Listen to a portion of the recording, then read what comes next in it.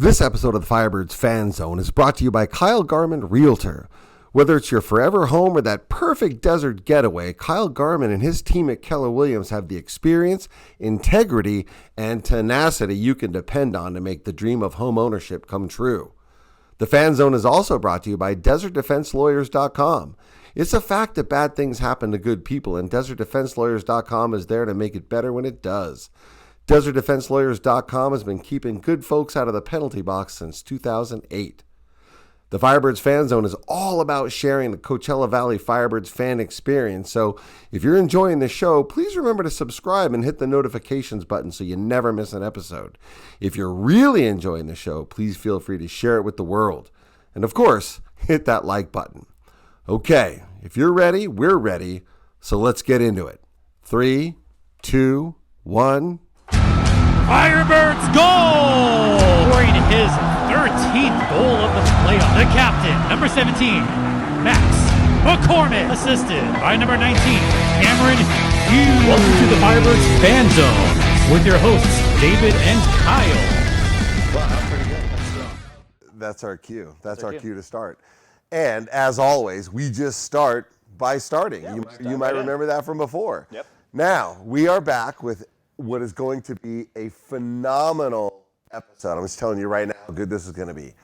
But first, before we get to Mr. Evan Pivnick, the voice of the Firebirds, That's right. we got to do first things first. Heck yeah.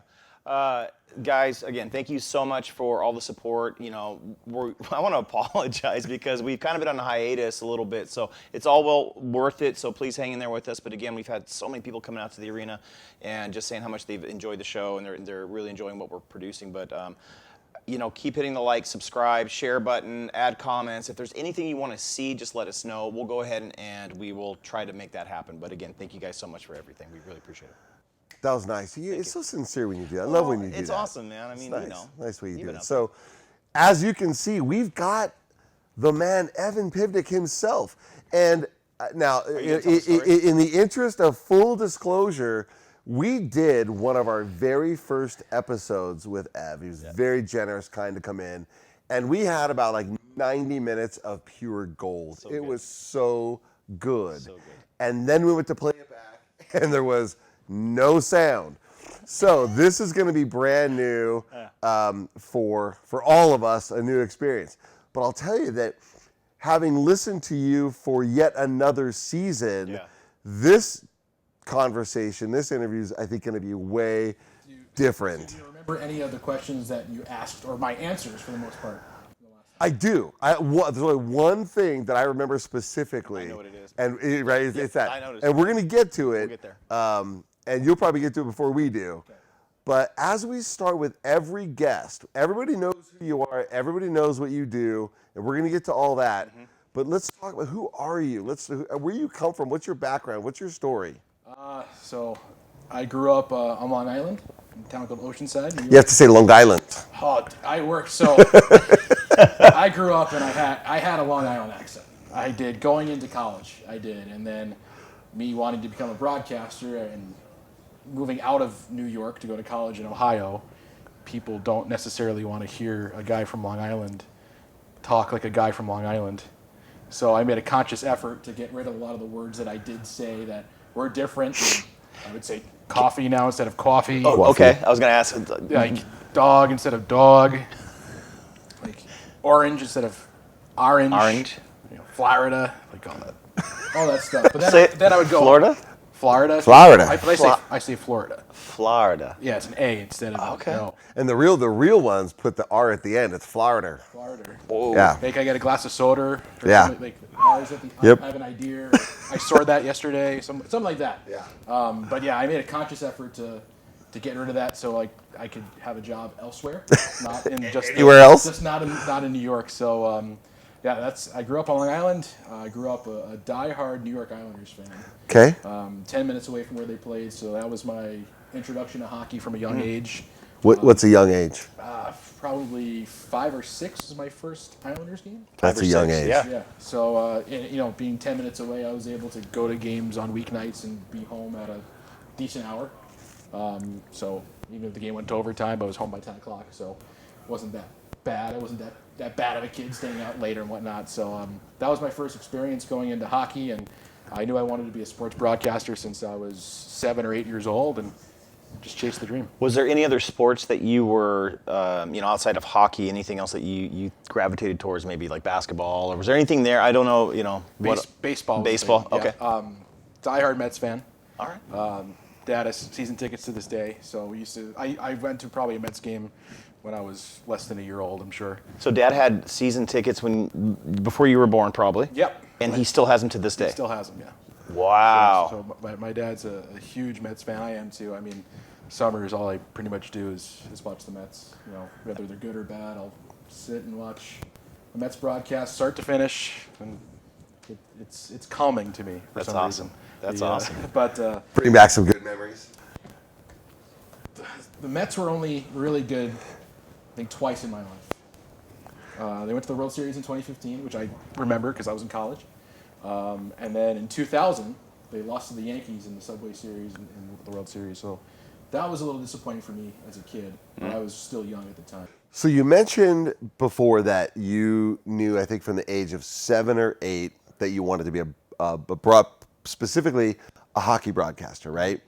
And this goes to the one most fascinating thing I remember from the last time we spoke is from about the age of 7 or 8, you didn't just want to be a game caller, a hockey game caller, but you actually practiced it. Tell us again about that. Yeah. So, as a kid, I played a lot of video games. I still enjoy the video game here and there. And I figured out on the NHL video games that you can turn off the announcers and just have like the background noise and the ice and stuff. So I would call games to myself, which a lot of broadcasters I talked to, like around the same age, did the exact same thing. So it made me feel not as weird about it. But I would do it. I would learn the rosters that way. I would make the camera look like it's on TV, and I would. And did you even play the game, or did you let it play? Play the game by itself? Computer versus computer. Because if you were just calling games. Yes, because if I controlled it, I would know what's going to happen, and that would make it a little bit easier for me to call the game because I knew I was about to pass to this guy. So my son, when he started learning to play guitar, he got so obsessed with it. Like at 2 in the morning, I could hear him working on certain riffs. How many hours did you spend, and how late? And like, did it become one of those obsessions where you're just, this is what we're doing, or was it just kind of a one-off? I feel like it was more to myself, like kind of mumbling it to myself rather than, occasionally I'd sit down and actually full out do it, but I would always kind of do it to myself. And, we'd be at a Mets game too, or like I would kind of do it to myself. And just in your head, just calling the game? Yeah, or like mumble it like my dad and I would like mess around doing it. And, so that's how I kind of got somewhat of a rhythm. And plus, like, watching a ton of hockey, especially in the New York area. There were so many great hockey broadcasters that I could tune into every single night because living in New York, you have the Islanders, the Rangers, the Devils, and occasionally the Sabres. Jeez. And those, Hall of Fame broadcasters calling each one of those teams. So, who was your favorite? So Howie Rose I'm a huge fan of Howie Rose. He's a Mets radio broadcaster, and he was the Islanders TV guy for a while. So I had him all year round. Awesome. And, poor Howie, most of the time, calling a tough Islanders season and a tough Mets season. That was pretty much his entire year. Watching the Mets, Gary Cohen was always one of my favorites. He still calls the game to this day, and he does such a great job. Again, I could listen to him call a game for 5 hours, and I have. I know, you probably have. I've multiple times I have. Just Doc Emmerich, who called the Devils for a while, and then he was the national voice on NBC. Iconic broadcaster, and he's the cream of the crop when it comes to broadcasting. And he was the Devils play-by-play guy. So, okay. On any given night, I could turn on the TV and listen to a Hall of Fame voice call a hockey game. So that was a lot for me just to soak that in from a young age. Was there a catchphrase that you had early on in your younger days when you were doing the video games? Was there something that... I was never really a catchphrase guy. Really? Yeah, I don't think you have one now. I have one. Yes, he does. When we win in overtime. Yes, he does. Turn the record over, we'll see on the flip side. That's the only one I have. Okay. And now, since we've touched on that, and I remember from the last time we met, Explain to me how you got there with that catchphrase, because it's so good, it's so amazing, it captures, but it comes from somewhere. Yeah, so it's from a song called 45 by the Gaslight Anthem, my favorite band. I remember that now. Yep, it's all coming. It's all coming back. The whole Lost podcast. Yeah. But yeah, it's from a song called 45 by the Gaslight Anthem. It's my favorite band. They're not a huge band, but one of my favorites. And it's funny, my last year in the ECHL, I got back into the Gaslight Anthem. I've known them for a while, but they started having a little resurgence. They got back together, and I was like, oh, we'll listen to more of them again. And I was listening to the song, and I'm like, this would be a really cool thing to kind of say in overtime, and not a ton of people would get it, right? Because it's not a huge song. So I was like, I'll give it a shot. And then my last year in the ECHL, when I had it ready to go, we didn't win a game in overtime. So you've had this like locked in your so I had it ready to go, and then the first game we won in overtime with the Firebirds was in November in Tucson. Andrew Podorowski scored, and I just did it. And I was like, this is either going to be like the only time I'll ever do it, or maybe people will like it and it will stick. Oh, you thought that was going to be the only overtime win we would have? No, the only time the catchphrase. I would throw out, because I'm not a catchphrase guy. That was the only time where I would throw it out there, and if it landed weird, then it would be like, I'd put it away and never use it again. But I did it, and I was like, all right, I didn't hate it. And then I got a couple texts, like people liking it, and it made its way down to the locker room, and the coaches Really? liked it, and they liked it. yeah.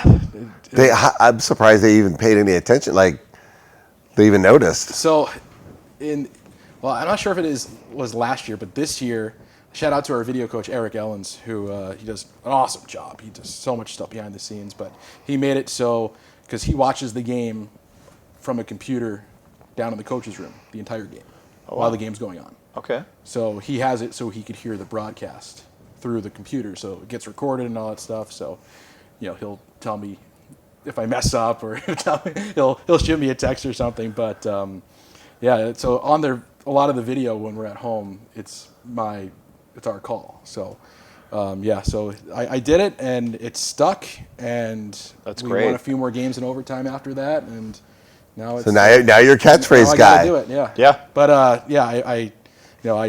I felt weird. I didn't want to rip it off from them. So luckily I had a mutual friend who was friends with the drummer in the band.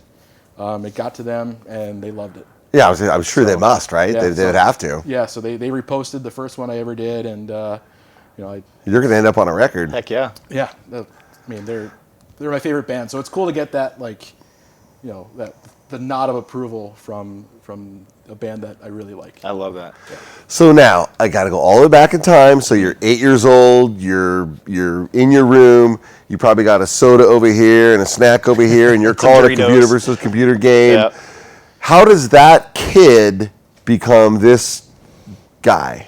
So, there's not a ton of opportunity to get into being a sports broadcaster. So, I always wanted to do it, and my friend Tom would go to Islanders games, and we would do it ourselves. Like we'd go in the corner, we'd get a pack of the game notes, and we would just like take a voice recorder and just do it for fun.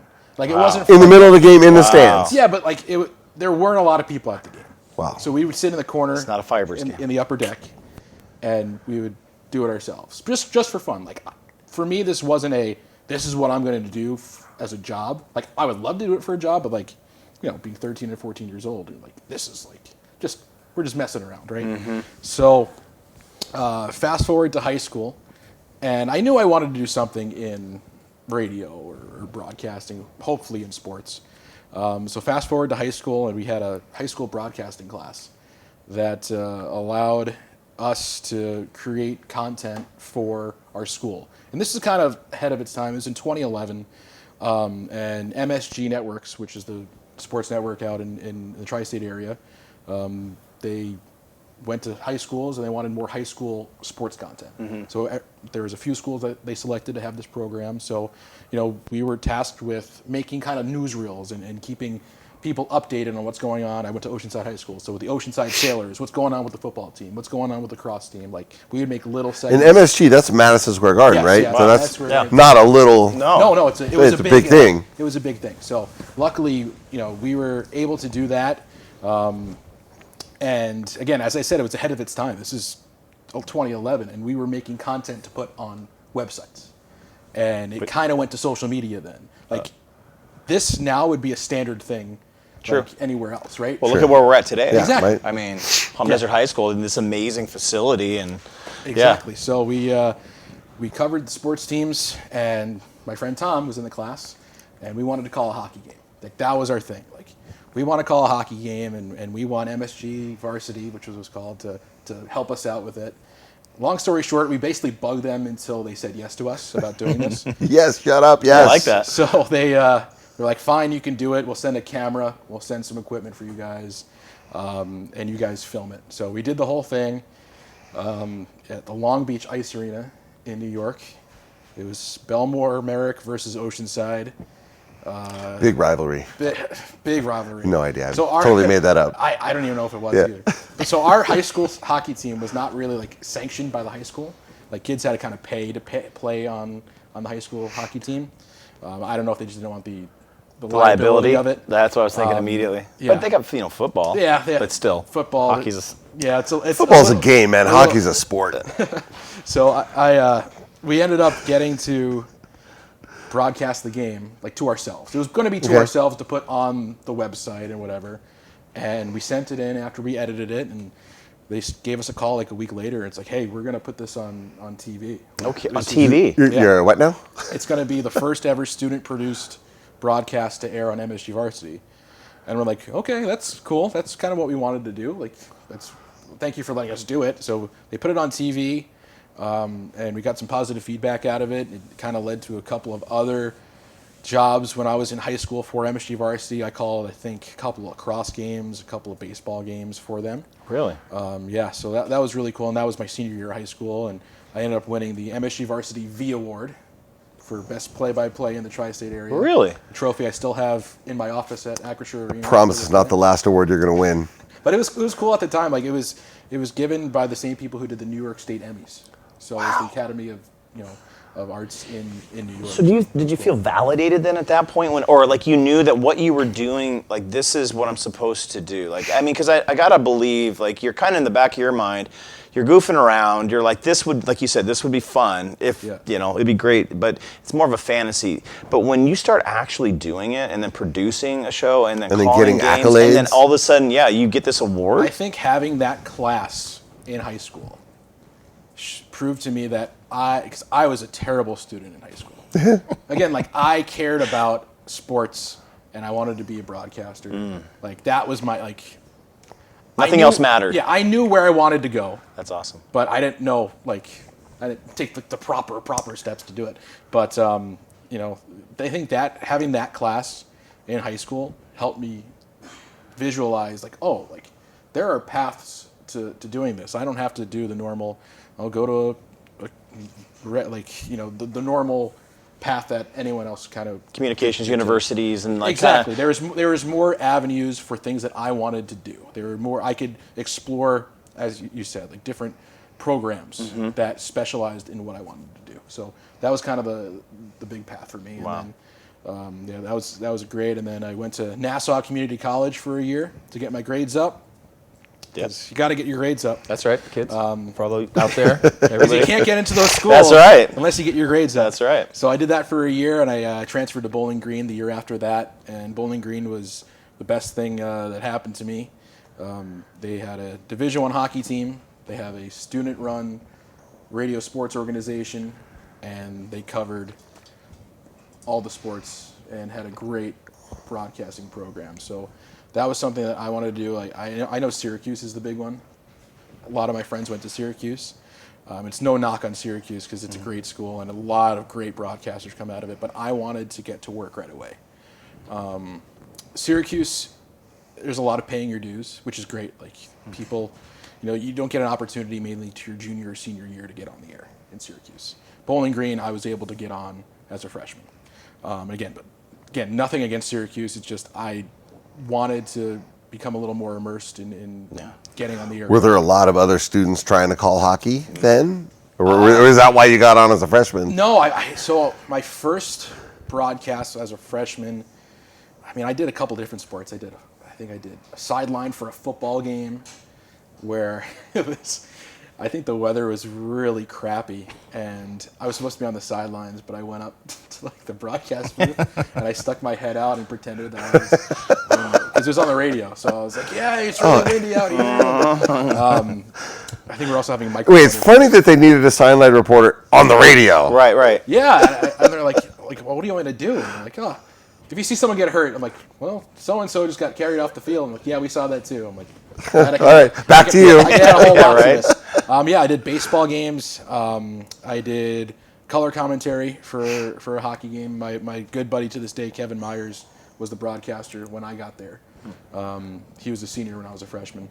So I did a couple of games for him, but then I also wrote for like a hockey website for Bowling Green at the time. Did they have that before you, or did you create that?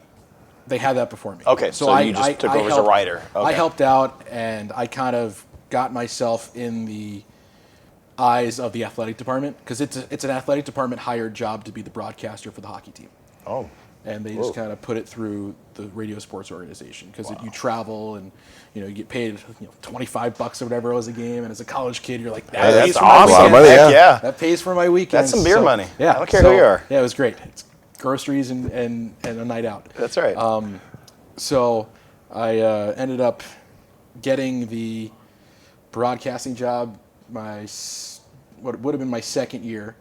So I did the 5-year thing at school. So 1 year at Nassau, 4 that years all? at Bowling Green. plenty. Who's counting? Yeah. But so my second year at Bowling Green, I was named the play-by-play broadcaster. I did that for my last 3 years, and that was kind of like, okay, well, I have a broadcasting job now. So.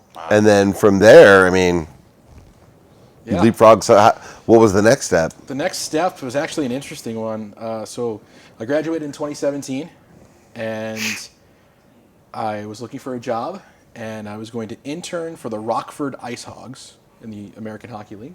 The Ice Hogs. Yeah, Ice Hogs. the Chicago Blackhawks Okay. AHL team. Okay, cool. A guy named Bob Mills was their play-by-play guy. He was a Bowling Green alum, and I connected with him, and he's like, yeah, sure, I'm looking for a broadcast intern. You could do a lot of digital media stuff. It was a lot of stuff that I've never done, because I only called games Okay. at Bowling Green. I didn't do anything else, like no communication stuff, nothing. So I knew that if I wanted to go into pro hockey, I would have to learn a lot more than just calling games. Like 'Cause what? there's, Like what? Press releases, Okay. working with the media, dealing with players. The list goes on and on. Team services stuff. There's a lot of hats that have to be worn. So I knew I had to kind of get my foot in the door in that aspect, and I was fine with it. So that summer, I was getting ready to move to Rockford, and a job opened in late August at the Adirondack Thunder in the ECHL. So that job opened, which is really late for a play-by-play job to open, because Did someone get sick or quit or so fired? what happened was, it was the first year that the Vegas Golden Knights came into the NHL. The broadcaster for the Syracuse Crunch got the Vegas Golden Knights job. The guy who was going to be the Adirondack Thunder broadcaster got the Syracuse Crunch job, which opened the Adirondack Thunder job. Holy cow. And you were at the right place at the right time. So I applied for it. I interviewed on the phone, and then I got a phone call email the next day that they wanted an in-person interview because they wanted to get this done quick. So I drove up to Glens Falls, which is about 3.5 hours from where I lived. Drove up. I thought I bombed the interview. I was wearing a suit. It was hot outside. I was sweating, and I don't remember anything I said in my thing. And I was getting grilled. So Zach Dooley was the guy who hired me. He works for the Kings now. He does their digital media, but he is a tough interviewer.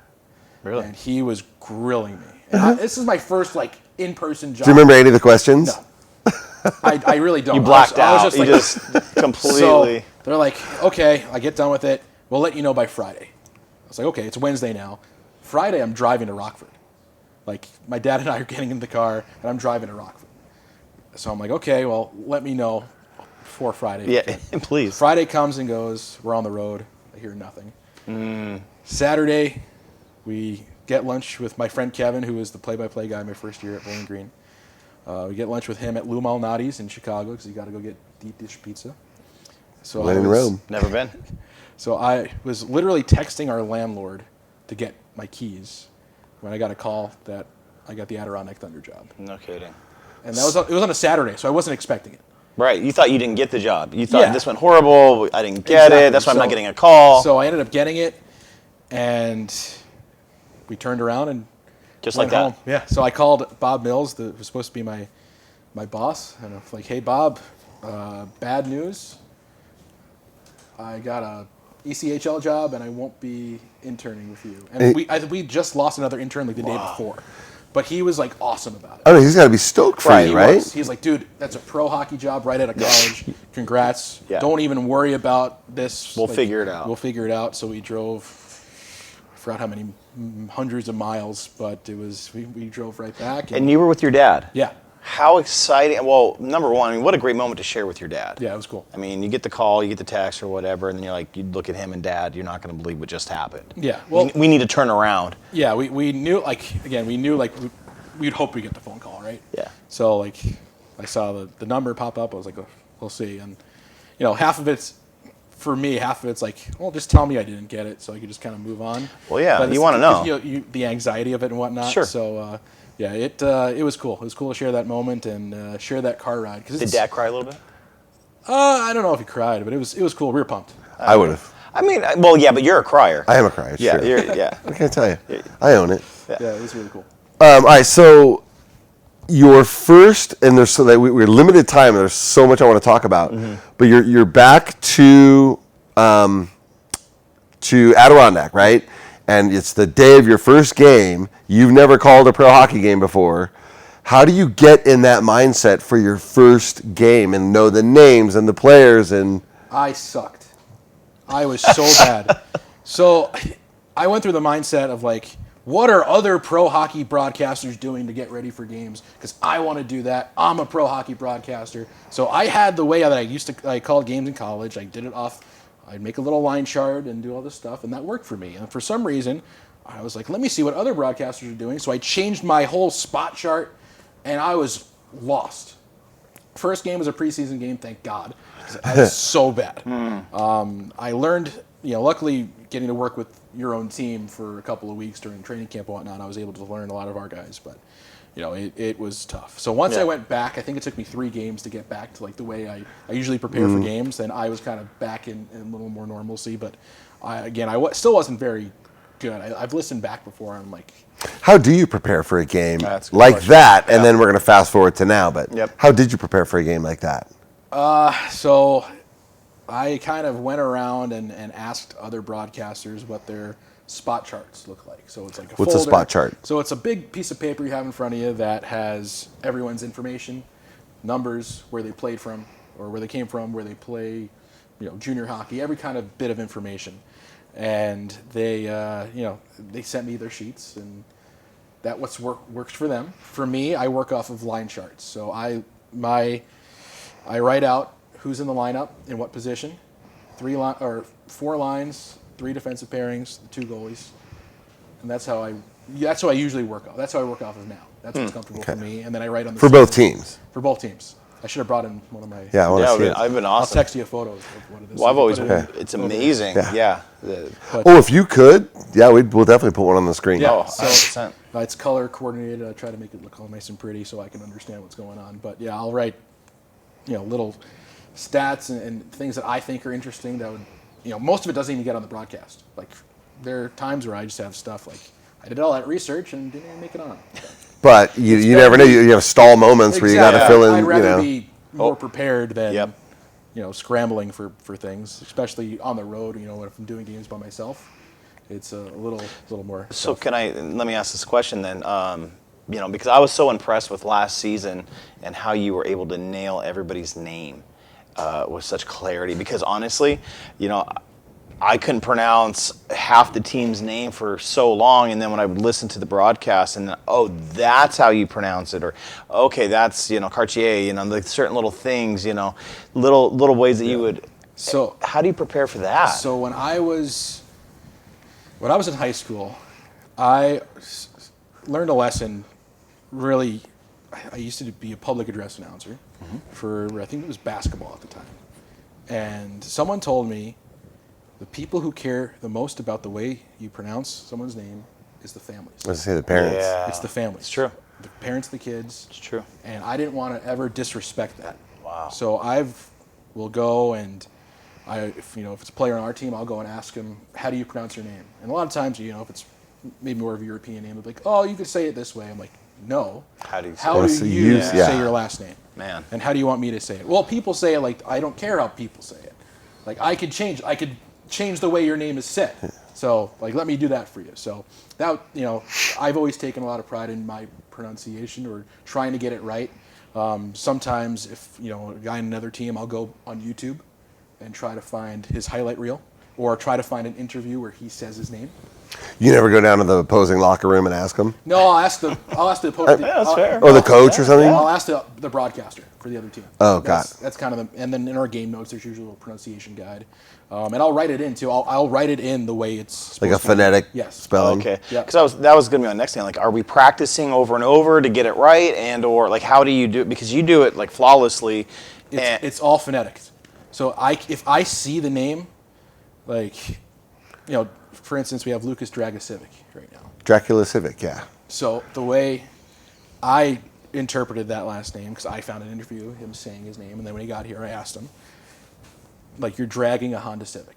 Drag a Civic. Yep. Drag a Civic. So I wrote on my thing, drag a Civic. Okay. So now, if I don't even have his name the way it's actually spelled on my line chart, because it's just going to get in my head. Well, Potsy, last season, I had the hardest time until I listened to your, and my wife's here, and she'll testify that we would go over and over. She'd correct me all the time. You're saying it wrong. You're saying it wrong. And it's the practice. That's not an easy one to say, so I'd be curious. That's why we call him Pork Chop. Well, in the beginning, last season. And now I can pronounce his name, but I still just call him Pork Chop. I just call him Potsy. Podorowski was a good one. Cartier took a little Yes. bit.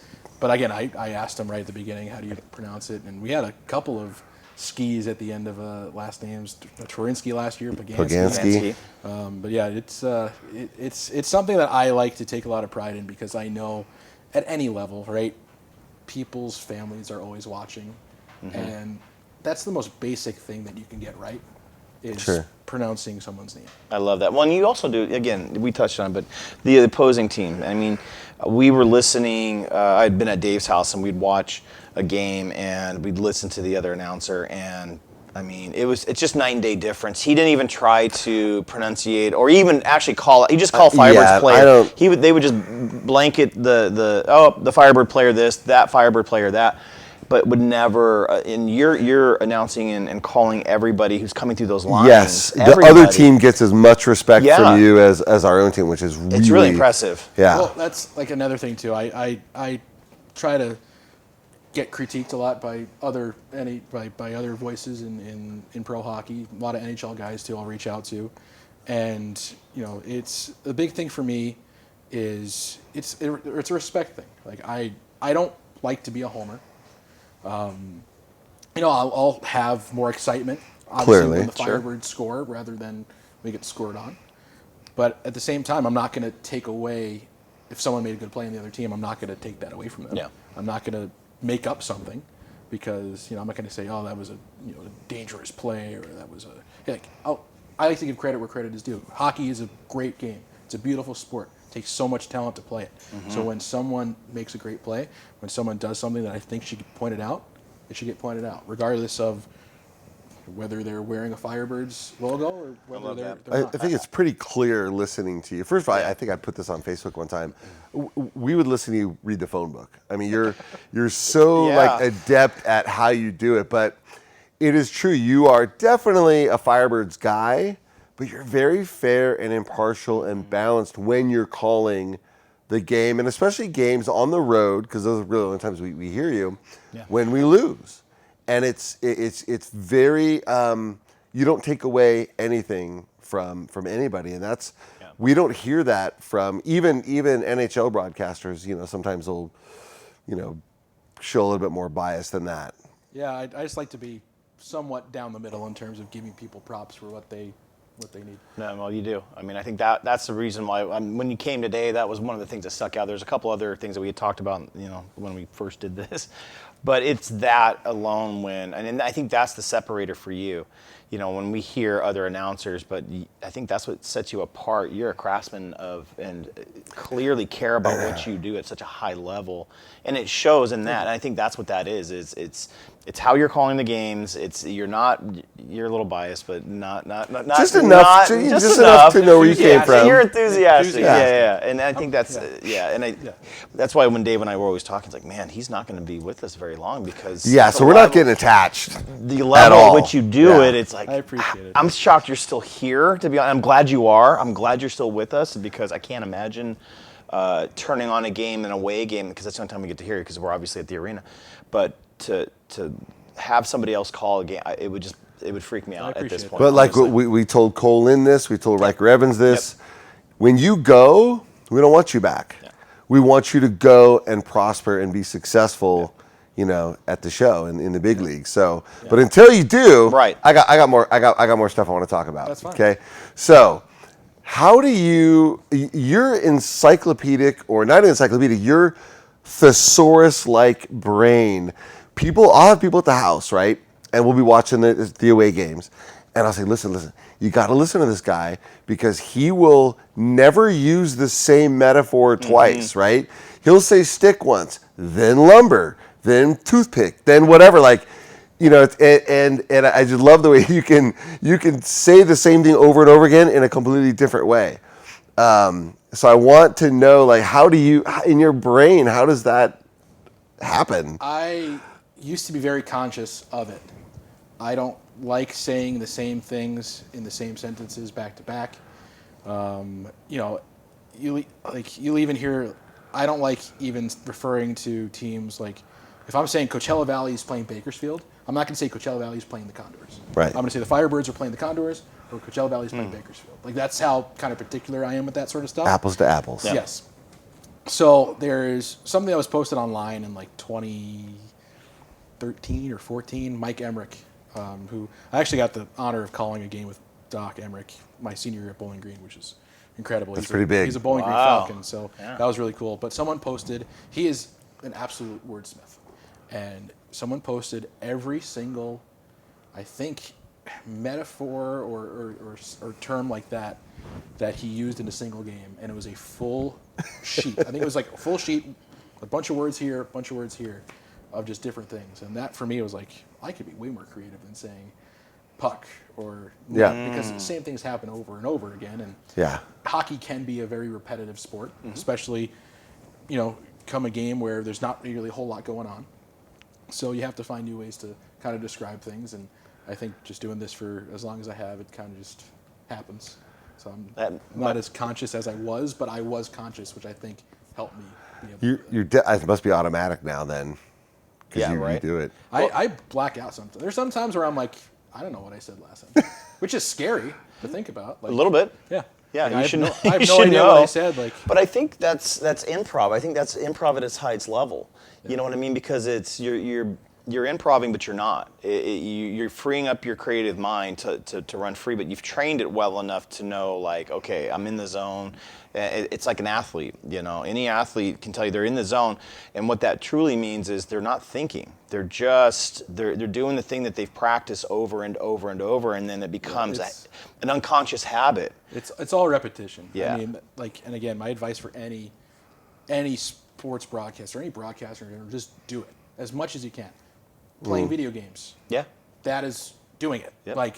Going to a Firebirds game. If you want to do it, go to a Firebirds game and go stand on find a quiet place. Good luck. Good luck. Good luck. But if you want great crowd noise, go to Firebirds. But just go and do it. Go watch a game on mute and print out a roster and do it, because the more you do it, the better you get at it, the more comfortable. The biggest thing is being comfortable. And there's, you could be doing it at any level, but if you're comfortable at what you're doing and you know that you've put in the work and have done those reps, then hey, the rest takes care of itself. Now, the next question is, do you have any idea how funny you are?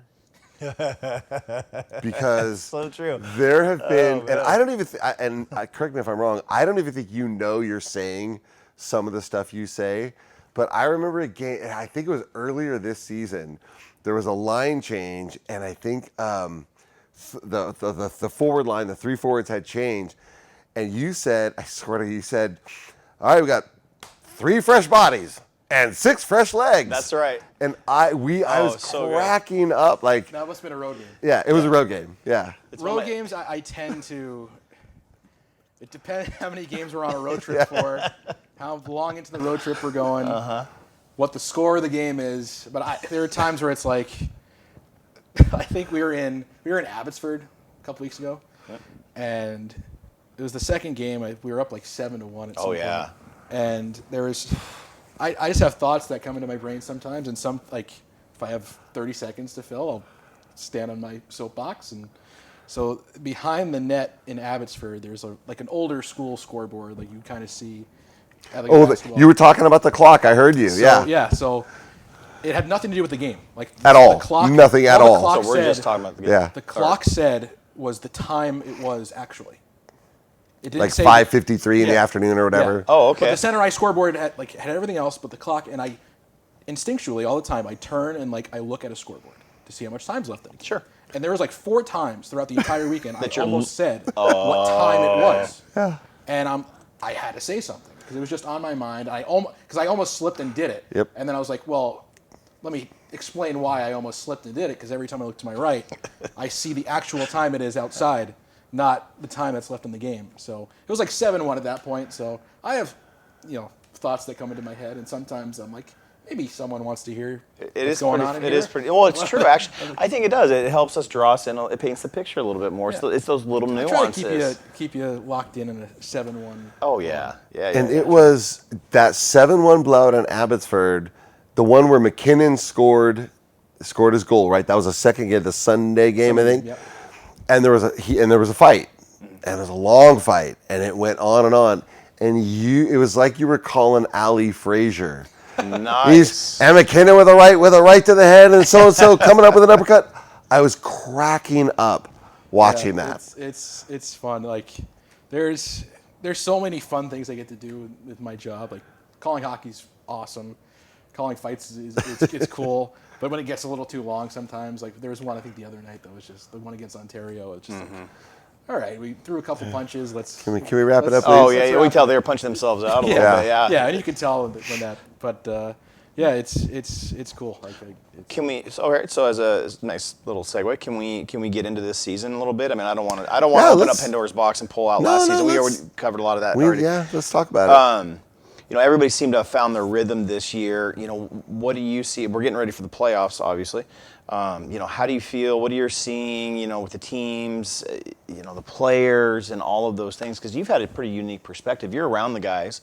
You're around them last season.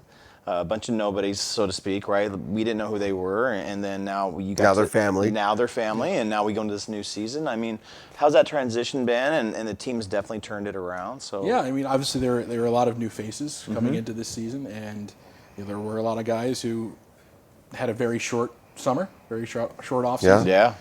Which I don't know if played into a whole role of it, but I think there's also an expectation, not so much an expectation, but there might have been some thoughts where, okay, well, we went to Game 7 last year, we could go back to Game 7 again. And then I remember one of the early talks that I had with Coach Dan Bilesma in one of our interviews. He said, the first thing that I said to the players is, don't even think about the finals, because that is a long road to get there. Mm-hmm. As we know. We're not guaranteed getting back there. Everyone wants to go back and score that goal, right? Yeah.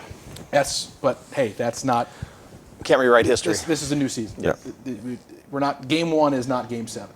There's a long road to do it, and it took a little bit to get consistent. It's kind of a different year because the Kraken also had such a different year from last year. The Kraken were, lightning in a bottle last year. They got to the second round in Game 7, and they stayed healthy last year. Yeah. Which is another thing too. Yeah. That's they were right. a very healthy team That's last right. year, which mean, I think we went over our number of transactions in the entire year that we had last year, this year, by December.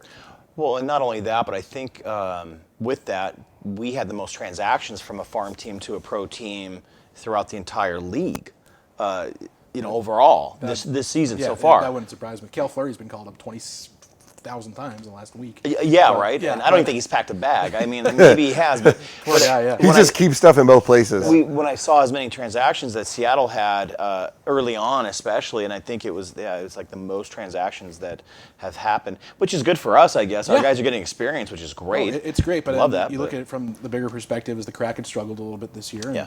They didn't have the year they had last year, so that kind of changed up how things operated. And there wasn't that time, we started last year 22 games on the road, and there were 0 roster changes for those 22 games, maybe 1 roster change. So that's a So big you have that, and you have a group that becomes bonded like that right away. So now you have a whole bunch of different guys coming up and down, and they finally found their rhythm.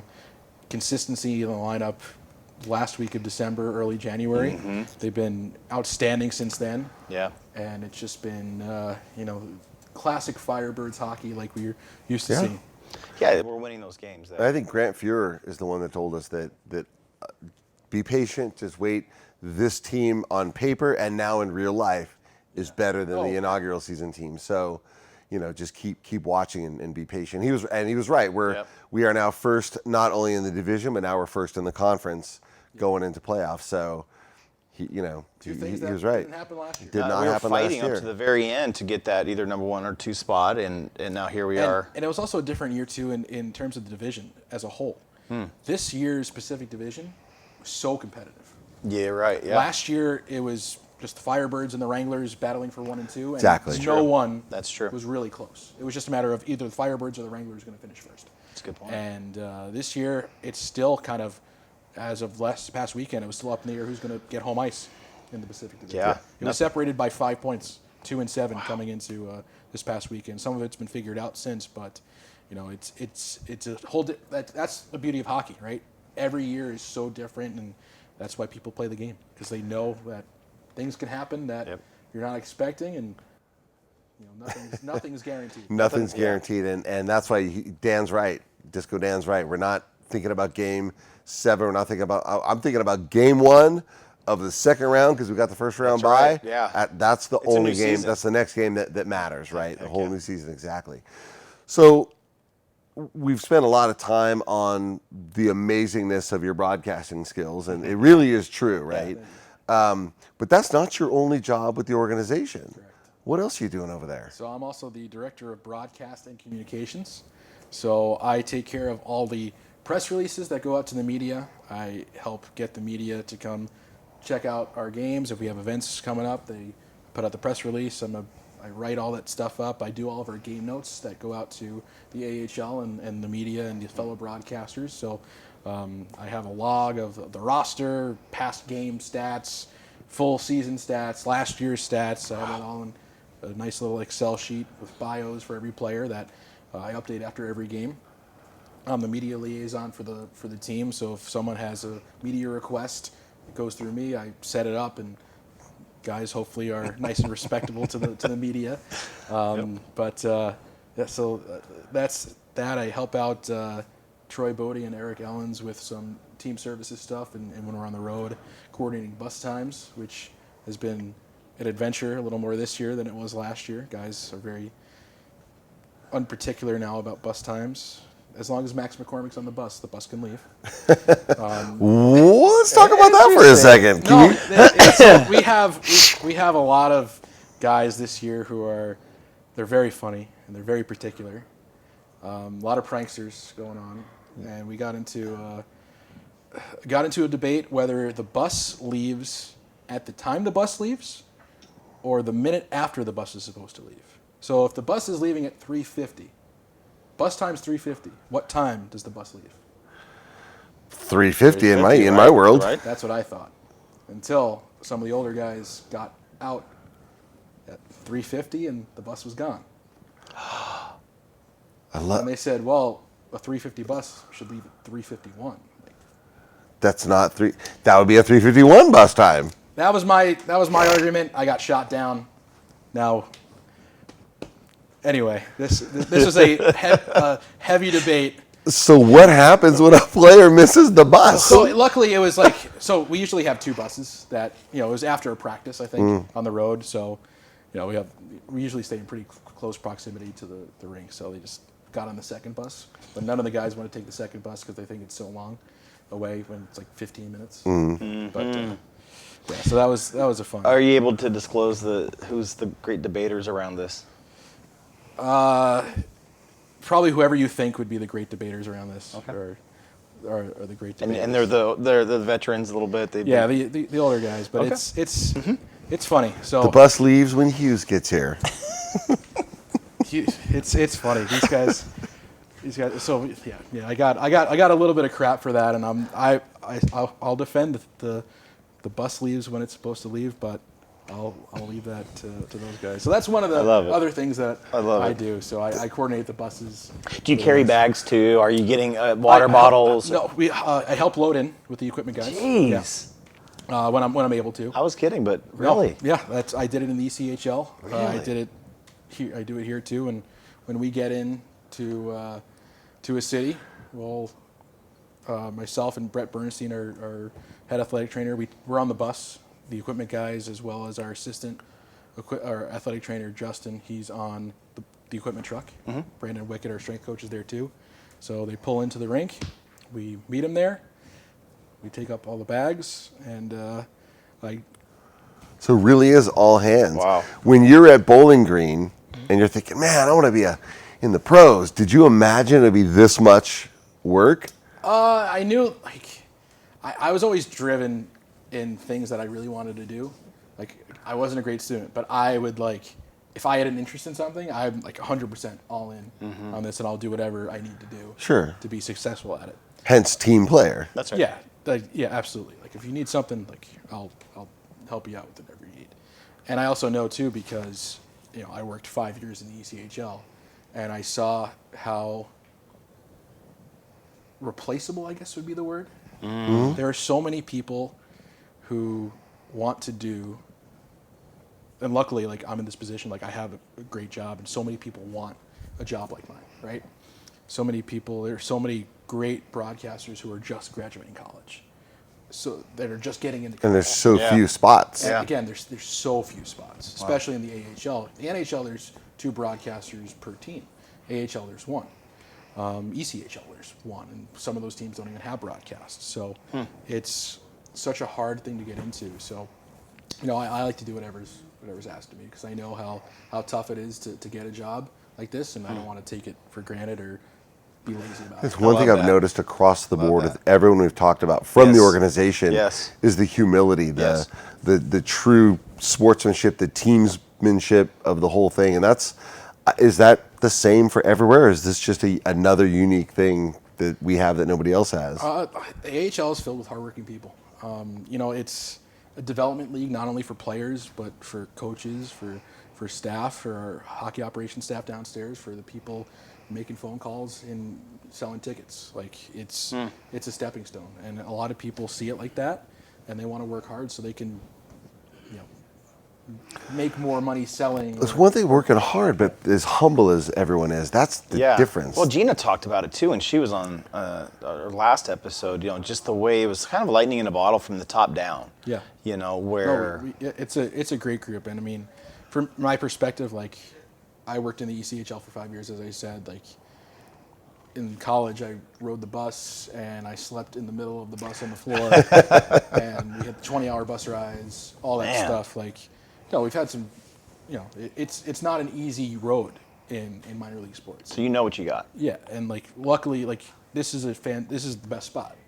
I think I could have landed. It's great, and going through all that other stuff, and again, I loved working in Adirondack. It was great. It was great for my career, great for me as a person. I grew up a lot professionally, as well as personally, so that was fantastic for me. But I also knew how hard I worked to get the job here. Sure. So No, I mean nobody gave you anything. It's you network and you get to know people, and that helps in a sense. But I look at it as I rode the bus for 8 years, and they're especially in the ECHL. It's the schedule's tough. We have a lot of 3-and-3 games, so we play Friday, Saturday, Sunday, maybe sometimes in 3 different cities, and so it became a lot. So Builds character. Yeah, exactly. So I'm very fortunate to be where I am. Grant Fuhr. Yeah. So you've had a whole year with him, and now we're almost 2 years. Have you? He wasn't doing any type of color commentary broadcasting stuff before, so he got asked to do this. And obviously he lives here, and he's obviously a staple of the community. But have you helped him in any way to develop from last year to this year? I think it's kind of been more natural. Okay. It's funny. I think he was only supposed to do our TV games, and I think he just sat down next to me after for our first radio. They go, game, here you are. Did it. So he kept at it, which was great. But I think just us working together and throughout the playoffs, and we just feed off each other really well, and it's kind of just seamless at this point. So that's awesome. He hadn't been doing any broadcasts, and I knew that coming in, so I would, I kind of tailored it a little bit to him to make it known that he can interject whenever. I always leave pauses.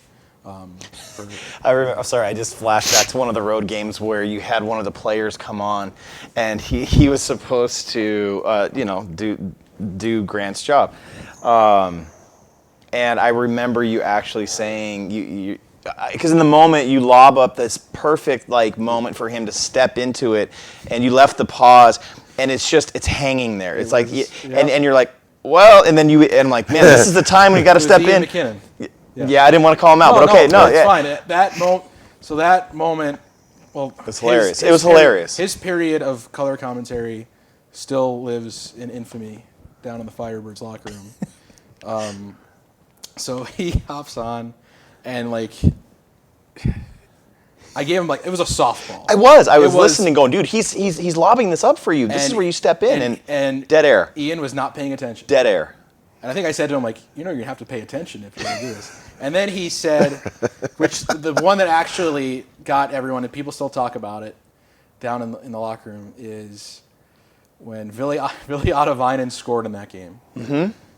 And I don't know why Ian McKinnon said this, but he goes, that's goals in back-to-back games for Otto. And it was not. I don't know where he came up with this. He's coming up with stats. And I think I said it right to him, well, he didn't score last night, so no. I remember that. Oh my God. It was a good one. That traveled around hilarious. The locker room, and then so funny. The guys liked that one. That was a funny one. That made it funny though. It did. I was listening, watching, and it was hilarious. It was funny, but he wanted to try it, and he tried it, and I don't think he's going to. That's not. And now he knows. Yeah, everyone wants to try it until they try it. Yeah, not as easy as it looks, right? Yeah. No, it's. I remember that one. I flashed back to that one. That was funny. And then how you said how Grant's really stepped in and he fills the spaces, and you guys leave room for each other. And I think it's hard to do. I mean, I don't know. Dave and I didn't really practice it. We got lucky at it, but I mean. And it's different too, TV versus radio. When we're on TV, it's less descriptive, so Grant has more time to talk, right? And more time to break things down. Mm-hmm. On radio, you kind of want to be kind of more what's going on, and sometimes I'll take my foot off the gas if it's a 5-1 game and there's not as much going on in the third period, and Grant will just talk more about whatever we're talking about. But it's been great. We're able to have great chemistry on the air, and hopefully that translates to the listeners too, because it's a lot of fun. I'm sure it does. We're getting the signal. We're getting close, but there's one thing I want to talk about, and then we're going to get to rapid fire. Sure. And that is circling back to the whole fan experience that I think is different than anywhere else. You go on the road. You go to Abbotsford and San Diego and San Jose and Milwaukee, when we got to go back that far. Talk about the difference in the arenas, the fans, the energy that you see. It's compared to us. It's different everywhere, and I don't want to knock other teams because not at all. There are hardworking people in all those buildings that try to make it a great experience for everyone. But the Firebirds are a unique experience, and I think that was the expectation when all the pieces were put together, that this was going to be an experience like no other in the American Hockey League, and it would rival many NHL productions as well. And I think we did a great job of that right from the get-go. From the get. And we've improved as time has gone on. We've added a goal horn, which is exciting. I love that thing. That's great. I was very happy when that happened because it feels like that's another thing we need. That train horn made a difference. Yeah, so that was really cool. But yeah, going other places, like there are nights in specific buildings where, luckily you hear, luckily the Firebirds win a lot on the road, which helps. Mm-hmm. But yeah, there's some nights where it's tough, I think, for the guys to maybe get up because there's nothing really, no energy in the building, but they're able to make their own energy. But I feel for some of the home ice players, right? Who, that's what I mean. I do it's too. And then they come to our house and they're like, "What is this place?" Right. But there are visiting players who love it, like who love going into our building and hearing the fans. They're feeding off some of that energy, maybe. Yeah. 'Cause I imagine. I think Marion student each probably just went, "Oh, I'm coming here next year." Because I think a lot of players are. I think, and that was. I think we talked about it a little bit early on, but it was how much of a draw and how much easier is it to get these guys to come and play with us. And yeah, it's not a hard sell. I I'm can't sure. be. I mean, the golf and the atmosphere and everything, the arena, all. And you made a point. Not you. Jason Hernandez made a point when Austin Poganski came back. Because he's still one of us. He plays for a different team. But that poor kid has to skate on home ice in Tucson and be like, "Oh man, this is what I'm used to." This is not what I'm used to." It's different for sure. So but I know visiting players love to come and play here. I think it's great. So before we get into the next thing, what is the most favorite part of your job? Like, what is it, out of what you've been doing? Obviously, you're living your childhood dream. The guys Literally sitting in front of the Nintendo or whatever system you used back then. But I mean, you would envision this. What is the most favorite thing that you get to enjoy about this? I think just calling hockey games for a living and having people enjoy it, which getting to do my job and not having feedback on it, it's one thing, but like how well that Grant and I have been received, and we know people tune in or on the road. Like I make the joke all the time. It's like, "Oh, I listened to you last night." I'm like, "Well, I'm glad someone did," because I've been in a situation where, one person has listened, and that's cool. Like, but I appreciate people taking the time to listen and enjoy what we try to have a good product. Well, here's how I know people listen to you is that when you say something funny or kind of out of the thing, I'll go on Facebook and post it, and immediately all the comments of all the people who heard the same thing, like they're when the Birds aren't home, we're listening, we're watching, we're right there with you. I've picked up on I know one more Evanism. It's this. Such and such, but we play on. That means you should have called a penalty, but you didn't. But Yep. Or play continues or something. Yep. If something could be, and I see, I'm like, oh, that could be a penalty. Yeah. No arms are right, so we're good. All right, rapid fire. Yeah, I mean, I don't know. I kind of want to keep going, but we are getting the signal. I know we're getting the signal. It's so good. All right. Well, you know how this goes. Typically, I'd have my card, and I don't know if you prepared for this again. Or if you even remember it. Yeah, actually, maybe you don't. I remember some of it. Okay. So you don't get opportunities, I'm sure, but if you did or have, what is your favorite go-to food at the arena? Have you tried anything at the concessions? Yes. I've been a big fan of the hot chocolate lately. Oh. Because it's been very cold in there. It has been cold. I notice when it's very cold, I get kind of stuffed up, and my voice gets a little more nasally. So hot chocolate this year, Which is right behind you. right behind me. Yeah. So it's perfect. That's great. The fry bar is also right behind you. I haven't had that yet. You smelled it though, huh? Yeah, there's a lot. So I did have the loaded tots finally. So good. They were good. The CV So barbecue, good, the yeah. loaded tots. You kept talking about it. We talked So about it on the good. show. those are good too. They are good, and the nachos. Usually everything is, but the loaded tots are there's a pretty lot. strong. That's It's a lot. right- That's good. But hot chocolate this year is Okay. working for me. Game day, what are you listening to get yourself pumped up and getting ready to?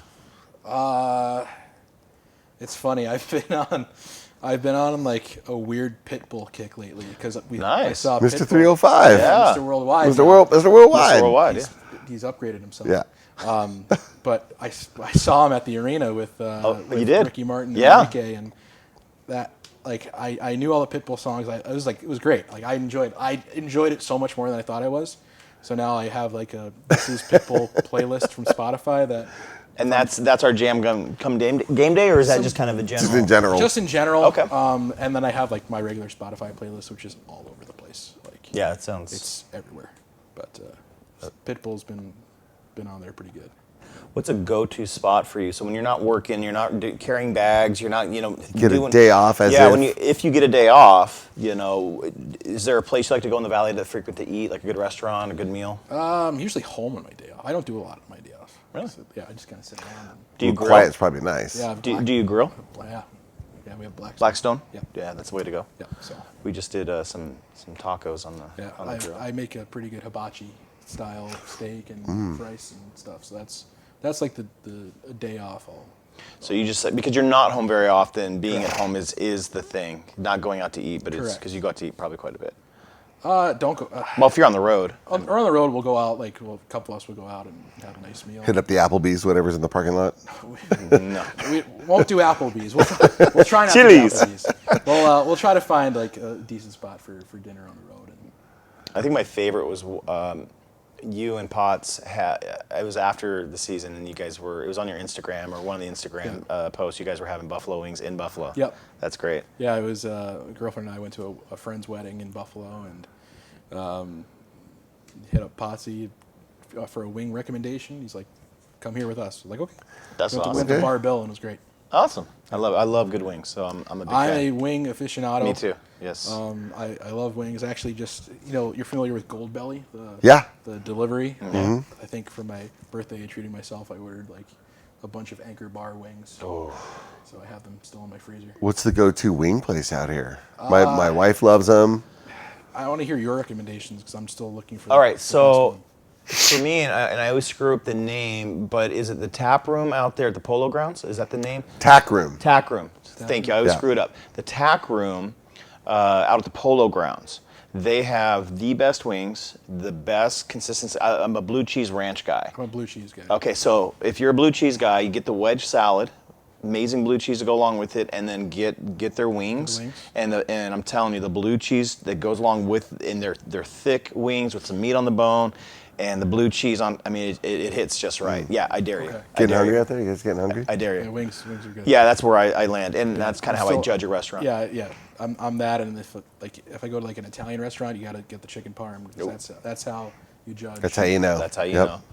I also, for a good breakfast place, if you, I know we're going on the food topic again, we do this sometimes, but Eggs Benedict. If you can do a good Eggs Benedict, then I believe you're a good breakfast place. I'm If a you big Wilma and Frida fan. say it again. Wilma and Wilma and Frida's in El Paseo. Oh, I've not been there. How about Paradise Cove? I have not been there. No. Been to Paradise I go to Cove? Paradise Cove. Okay, so that's the place. Best Benedict's in the valley. Wilma and Frida's is great. We're doing it. Wilma and Frida's, they have like the homemade Pop-Tart. Yep. Which is unbelievable. The home. Oh, okay, Yeah. we're doing it. Yep. Breakfast. All right, you take me to Wilma and Frida's, and I'll take you to Paradise Cove. Because Deal. Paradise Cove is, and they've got these hangover fries that have carne asada and oh. Let's go. All right, yeah. yeah, it's about dinner time, Yep. so that makes sense. Next question. So I was going to ask, what's a treat yourself day look like for Ev? But I think we know. It's a stay-at-home day. Stay at home day. Stay at home day. Yeah? That's all it is. And That's me treating myself. do you play video games when you're at home just chilling? Yeah, Or- I do. I have a good group of buddies that we don't get on as much as we used to, with the time change and whatnot. What's your jam? So we used to have a good NHL team. We'd play each one would be our own position, and we'd play other people. Oh, right on. But that's been that. A little bit of Call of Duty, but There you go. I don't play enough to be good. Yeah. Because kids now would just They're really good. play all day, and by the time I get to play once or twice a week, Yeah, you're dead. And they throw you in one of those Yeah, rooms, yeah. and Yeah. those guys are. Yeah. Are you a PC or are you a console guy? both. I have a PC and I have a PS5. Just check you out. All right, I'm an Xbox guy, so that's Yeah. okay. Not a big deal. All right, so where do I go next? DC or MCU? Thank you. Yeah. So, are you a Marvels or DCU guy? So, my favorite movies from the MCU are the first 3 Spider-Man movies. Tobey Maguire Spider-Man. Those are great. Yeah. But I love the Dark Knight trilogy. Ooh. So Yes. if I had to pick, it'd probably be DC Okay. because of those movies. So who's your favorite superhero? Spider-Man. Yeah. See, okay, so you're more in the Marvel camp than you want to admit. Yeah. But I'm with you. The Christian Nolan version, it was pretty strong. Yeah. Insane. Pretty Yeah. strong. Yeah. The movies are better in the DC. Cinematic, like Agreed. the films are better. Agreed. Actually, I just watched the Heath Ledger. There was a documentary, and it was just phenomenal. But yeah, he touches on that, of course. But anyway, all right. So, other than the profession that you're doing now, what would you have liked to try or done? Something in entertainment. I just like something that's not a normal 9-to-5 job. I thought about like I wanted to be. At one point, I wanted to be like a writer on SNL. Ooh, That was like a thing that be cool. Like that would be cool. Those guys work really hard. there's a great documentary Yeah. on. I don't know if Hulu still has it, but James Franco made a documentary. Really? On a week preparing for SNL. It's fantastic. And It's all go. It's, these people are working till 3, 4 in the morning. They don't sleep sometimes for the full week, so it's crazy. But I watched that. I'm like, that would be a really interesting job. That's pretty cool. I think that would be intense, and I could see you getting in there. You're pretty creative. Yeah, not a lot of people get like my humor is sometimes pretty abstract. So I don't know if people would like my sketches, but I think they would because we've touched on it, Yeah. and it's almost these Easter egg type of little, subtle shots. You listen And it's- if you listen carefully enough to Evan calling a game, there's going to be 5 to 7 There's some good ones. hysterical, quiet. Thank Yep. Most people wouldn't know they were funny lines. so to keep everyone here longer. My first, I think it was my second year in college at Bowling Green. We had a radio production class, and we had to do like a variety show. So there were a couple people that didn't hold up their end of the deal on our group project. So I had to write a couple of more like sketches. So this is like where my head is at. So I was like listening to music, and something by the Steve Miller Band came on, and I was like, it'd be funny if I had a PSA of this guy named Steve Miller who's pissed off because everyone keeps asking him if he's Steve. So I had like 3 different voices of people saying like, I'm not Steve Miller from the Steve Miller Band. Stop calling my house. Like it was like a 30-second PSA, and it was like from the We Are Not the Steve Miller Alliance. So you are a writer. I got bored. You're a writer. It's okay. It was like 3 in the morning, and I needed to get it done by 7 a.m., and that's what I did. Hey, That's a writer. did you get a grade? Got a grade, right? Got a great score. Okay, so my favorite question to wrap it up. I always love this one, but what's our favorite curse word? Favorite curse word? We're in high school. It's okay. We got I the always got green in trouble light. when I think all the kids No, went home. we got the green light. They're always curious too. Yeah, we got the green light. We're getting thumbs up from the booth. Everybody's excited. They want to know. Say it? Yeah. Yeah, It's fuck. 100%. Yeah. I love it. Pretty much the universal. That seems to be the favorite. go-to. It's just Yeah. you throw it in the middle, like it's just it gets you a couple extra seconds in a sentence That's fair. sometimes. Like fucking. Right? Oh, you can get more than that. You string it up just right. You Yeah, could you could put get a the- whole paragraph out of it. No, yeah, it's. I loved when Gina, because she's aficionado around it. She said she just absolutely go to. She says I probably use it way too much, but she says it just gets the point She's like across. the maestro. It just Yeah. and you got to love that. But yeah, everybody's got their own. We've heard some interesting ones. When Kay Austin was on here and being from England. England, she yeah. Had a You got to interesting- watch the episode to see. Yep, exactly. So tune Yep. in. Yep. No spoilers. Nope, no spoilers. It's going to be great. It'll be out next week. So you know what? Now I know that we ask this question all the time, but did you have a good time? I had a great time. Yeah. The lights are a little hotter than they were. Yes. In the clubhouse. Then my Amazon LEDs we had before, Yeah. yeah, they're a little hotter. Yeah, but I appreciate the set. Is that the jacket? Yeah, that's the jacket. It's not a replica. No. That's the- the real I feel deal. like we're in like the Rock and Roll Hall of Fame. Yeah, no, it's and of course I got the teal and the red one now. The red one was because of what happened with the Sunday Reds. Yeah. So I had to design one for that, There you and go. so I'll be wearing Yeah, that. like at a display at a museum. Not You yet. just need a little plaque. It's like Someday. Well, and did you know that the patch on there has the inaugural season? The patch does. Yeah. So it's all dedicated to what had happened. so you can put it in a glass case. If they ask Someday. me, If we ever retire. if they ask me, we'll see about don't that. know. We'll see. Can I? All right. So can I ask about the suits that Bowie and Fuego were rocking? I mean, can we just talk about? Do you think that they were copying you? I don't think they were. Because they were copying Dumb and Dumber. Is that what they were doing? Okay, so then they were copying me. So I will never wear a teal suit next year. That's all I know. Dumber at times. Okay, and I knew it wasn't, but there's been some online chatter, and I go, there's no way. It's Dumb and Dumber, but if you want to assume the role, I won't. Of them, you can.